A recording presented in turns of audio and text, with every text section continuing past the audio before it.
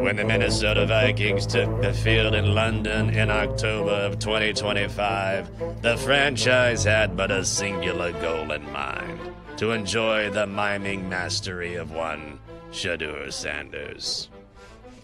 I'd love to see Shedeur on a street corner, tip jar, miming. I'm in a box. All right, Chelsa, London game. Vikings-Browns. Vikings are laying 3.5. Vikings are minus 200. Browns are plus 165. Total is 36 and a hook. No, Shedeur will not start. That will be Dillon Gabriel instead. And I like the Vikings. I am fading Dillon Gabriel here. I don't really trust Dillon Gabriel either, but what I do trust is the Browns defense. We got to talk about this Browns run defense for just a quick second, because they have been the best in the NFL by a considerable margin, averaging just 2.7 yards per carry given up to opposing rush offenses. The next best is the Bucs at 3.3. So, what that means to me is that the onus is going to be on Carson Wentz. And, that's not a great feeling to me. I will say the Vikings aren't afraid to sling it. We saw that last game. Carson Wentz went 30 of 46, 350 yards, 2 touchdowns, but also 2 interceptions. So I think there is a reason why this total is sitting at 36.5. Because, Jenks, that was my first thought was, okay, I don't really trust either of these quarterbacks, and I trust both of these defenses.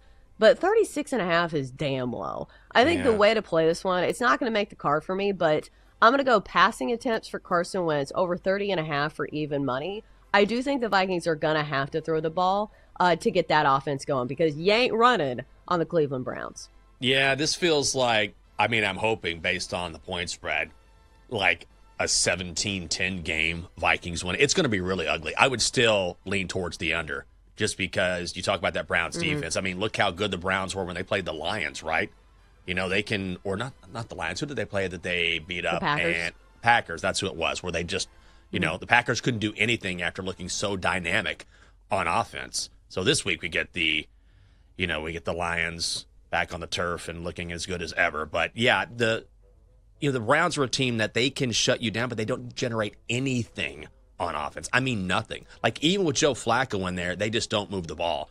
They're averaging, less than 4 yards per play, and now you get a rookie going in there, going up against a Vikings defense. So when you have a Brian Flores defense going up against a rookie, I just feel like that's going to be a massive mismatch. As good as Cleveland is defensively, I feel like Minnesota can get points on the board where I don't know if the Browns can do it. I don't know. I think the trouble is 3.5 points sounds like it's not a lot, but in a game where it totals 36.5, yeah, I don't love that either. If you think it's going to be tight, it's going to be sweat. Well, fortunately for us, there's plenty of games on the card, but I'm going to lean towards, I'm probably going to play this as part of our show parlay. I'm going to play Vikings -3. I feel like they can absolutely cover the 3 against the Browns, because I just don't see Dillon Gabriel getting in the end zone, and that's why his touchdown prop is set at 0.5. So if you like the over, all he needs is a single score.